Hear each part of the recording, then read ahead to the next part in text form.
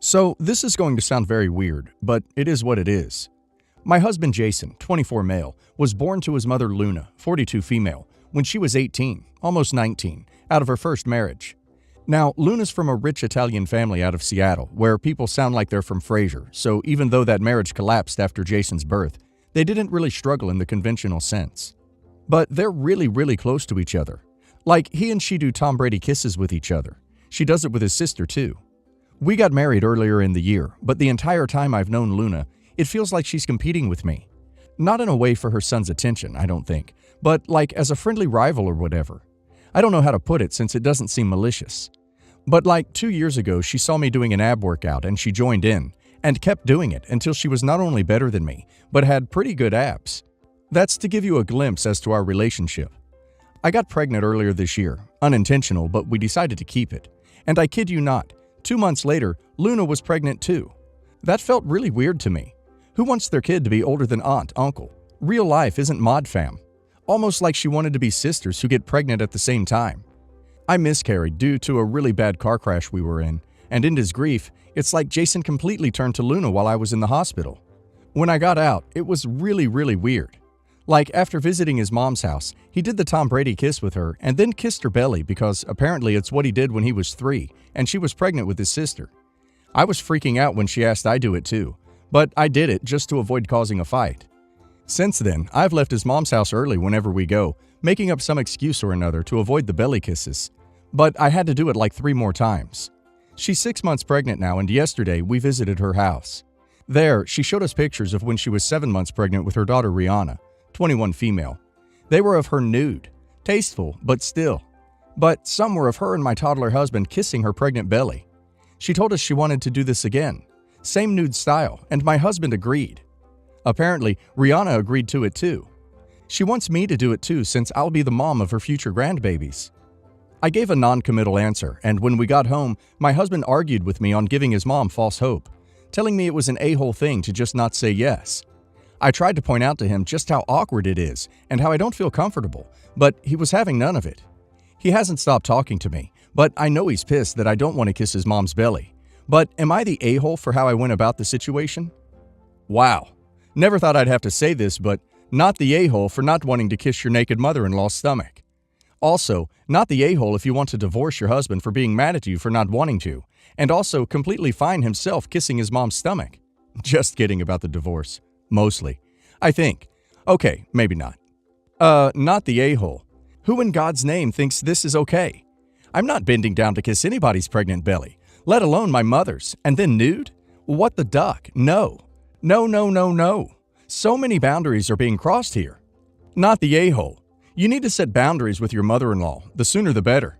I agree with your husband there, but I don't agree with how mean he's being to you about it. Update. I brought the issue up in therapy.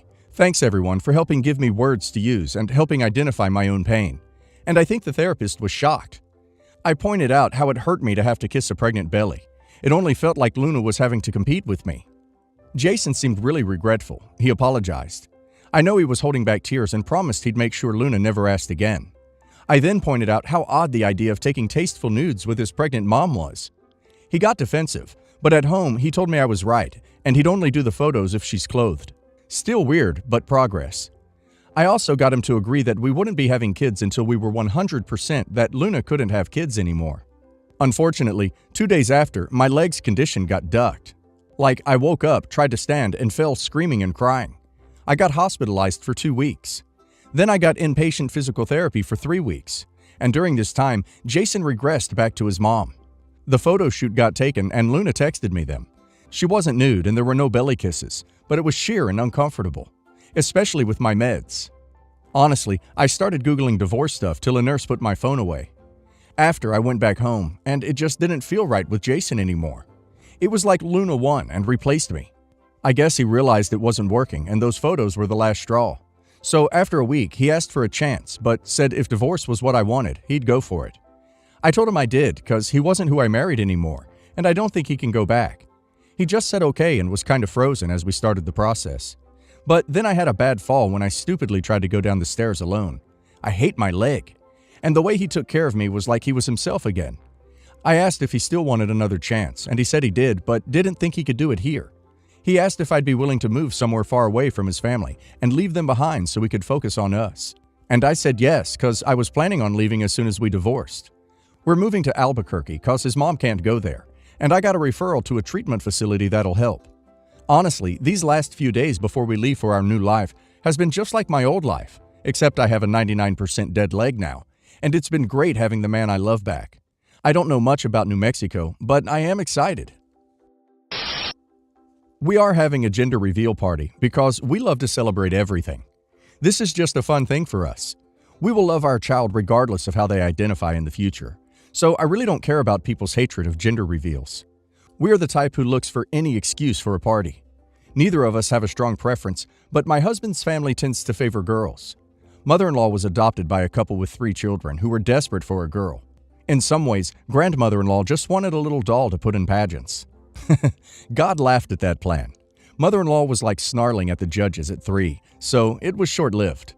Grandmother-in-law treats mother-in-law so much better than her sons. Mother-in-law was given financial support well into adulthood, had a house and a wedding paid for, free childcare.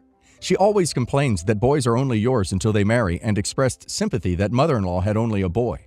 Mother-in-law claimed she didn't care, and I don't think she did. But mother-in-law and I do not get along at all, and she began to whine about how having a son was awful because it meant having a daughter-in-law. Mother-in-law then met her husband, who was a Disney dad every other weekend to a spoiled, unbearable teen girl, but just laughed it off and said he couldn't discipline his little princess, but would be strict if it was a son. Mother-in-law ended up having an unexpected pregnancy and was very torn about it. She cried a lot in the beginning, but then she found out it was a girl and was suddenly happy. She made jokes about how she did not want another daughter-in-law. Her husband was also relieved and said having a son would be weird because he would feel weird holding him and showing affection. Grandmother-in-law was over the moon that her golden child was finally having a daughter. Due to their strong preference and a-hole comments, I don't want them at my gender reveal. Mother-in-law said she hopes I have 6 boys and end up with 6 daughter-in-laws. Grandmother-in-law has said multiple times that girls are so much more fun, and she is only interested if it is another girl to shop for. I told my husband that I don't want any of them at the party. He says he gets they are annoying, but it's not fair to exclude his whole family, and he feels I am being too judgmental. As of right now, I'm being firm that they can't come, and if I have to, I will tell them why. Everyone sucks here. This is exhausting. If the gender of the kid doesn't matter to you, why have a gender reveal party at all? If you know your relatives are sexists, why add fuel to the fire? If you want to spend time together as a family and not have to discuss gender, why not just base the get-together around something else? Everyone sucks here. You're all a match made in hell. I don't care about gender, but I'm having a gender reveal party anyways, because it'll be fun. Except the part where my husband and I disagree about his toxic gender-biased family, who will ruin my gender-themed party, that I don't care about gender with their gender-biased attitudes. In May 2018, my husband, M, and I moved in with my little sister, L, and her friend, R. They were already renting but needed new roommates. M and I needed to find a place. The house was a walk to my work, so we moved in. It was a house with affordable rent in one of the most expensive cities in North America. It needed a lot of work, but M, with a little help from us, turned it into a killer place. L and I don't always agree. She can get mean, which puts her and M at odds. She hates that M and I follow gender norms, so when he gets protective, she gets nastier. That said, L and I are very close. We went through some serious stuff together as kids, and we've always had this intense bond. In September 2019, we were on a trip for L's B-Day. We got into it. She blew up telling M and I that we couldn't live there, needed to find a new place, and to consider this our eviction. R went to calm her down, and when they came out, L apologized. She said we didn't need to leave by October 1, but it wasn't working. She reiterated that we would need to leave because she wanted to keep her house. Early November, an apartment in our area came up. The day we signed papers, we gave notice to L and R for December 31st. R took it in stride, but L got really upset. She freaked out that they couldn't afford the place without us, and we were screwing them by leaving. The next day, L and R came to the conclusion that finding a roommate was too risky. M and I tried to persuade them to stay, put up roommate ads to help, and told them they shouldn't make any decisions. We encouraged them to look until the end of the month and only give notice if they didn't find someone. By the end of the week, L and R had signed a lease in an apartment for December 1. M and I had decided to keep the house. We ate the cost of the rent at the apartment and gave our notice before we even moved in. It's a big enough house for future kids, and it meant that we could all still hang out there. When Elle found out, she went berserk. She accused me of masterminding a plan to steal her house from her. She told me I betrayed her and left her with nowhere to go. She said it was our fault she had to pay rent at 2 places in December. I never wanted to hurt my sister. It just seemed logical. Someone should keep it. It was a 1 in a million find. There was no malicious intent, but I apologized anyway since she was hurt. It took us months before we were okay again. She continued to make it clear that she felt we had done something wrong. She constantly had snide remarks about my husband and our house. Eventually, I got fed up and asked her what I needed to do to fix it. She said we could move past it, but it would always be a sore spot and things got better. Fast forward a year and a half. Every time we have any sort of disagreement, she gets personal, throws in a jab about my stereotypical marriage, and follows it up with bitterness about the house. Am I actually the a-hole? Should I have just let the house go and moved into the apartment? Not the a-hole. First, she tells you to move out and said she was going to evict you. Then, when you acknowledge that it wasn't working and respect her wishes, she gets angry and blames you for them not being able to afford the rent. She wants it both ways. She wanted the money for the rent, but not you or him. From this post, your sister just seems like a toxic a-hole that wants every way to go her way. Then, when she goes to a place you can afford and you pick the better option, she once again gets annoyed at you because you can afford it and she can't. I, male 58, have a son Gerard, 33, and a daughter Jackie, 35. About 3 years ago, Gerard's marriage to his then wife, Alice, 32, failed because he had an affair. It was a troubled marriage on both sides. Probably wouldn't have lasted much longer anyway, but be that as it may, I'm embarrassed by Gerard's actions. It was wrong, and there is no justification. Needless to say, they did not part on good terms at all, so it is good that they do not have children. Before the divorce, they were together for about 10 years. Jackie and Alice were pretty close. Gerard and Jackie haven't spoken much because Jackie has not forgiven Gerard for the affair, and Gerard hasn't tried to patch things up with Jackie because he considers it none of her business. Alice moved back with her family after the divorce in another state, but recently returned. Gerard has been in a relationship with Kylie, 28, for about 2 years, and recently got engaged. Kylie was not involved in the affair. Things came to a head this Easter. Normally, I always hosted with my wife before she passed. Our family was never particularly tight-knit, but not contentious either. So we only really got together for holidays with a handful of extended family. Originally, Jackie and her husband were going to host. However, she told me that she invited Alice and her new man to come. I asked her why she would do that. She said it is because Alice was like a sister to her for years, and she has nowhere else to go. I asked her about Gerard, and she said that he can come if he wants, but she'd rather have Alice there than him. It got back to Gerard. He and Jackie talked about it, and he declined the invitation to do something with Kylie. I called Jackie and told her that I was very disappointed with her decision. What Gerard did was wrong, but the marriage is over and it is time to move on. Jackie then said that Alice was her family and that her decision was final. I told her if that's how she feels, I can't tell her otherwise. I liked Alice too. If she values Alice over Gerard, she's a big girl and can make that decision.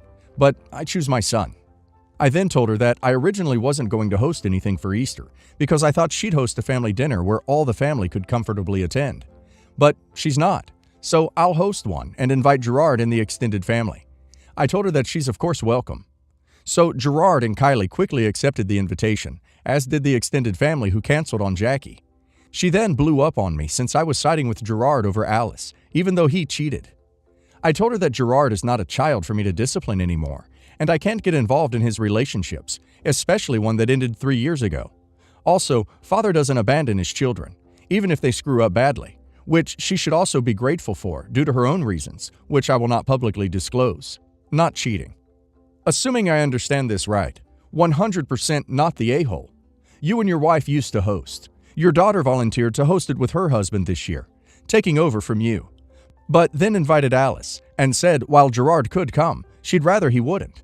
So, as she was not really carrying forward the tradition, as she was effectively excluding her brother, your son, you decided to host after all. Edit. 2 things came up which I should have noted. First, we are Russian, American, Orthodox.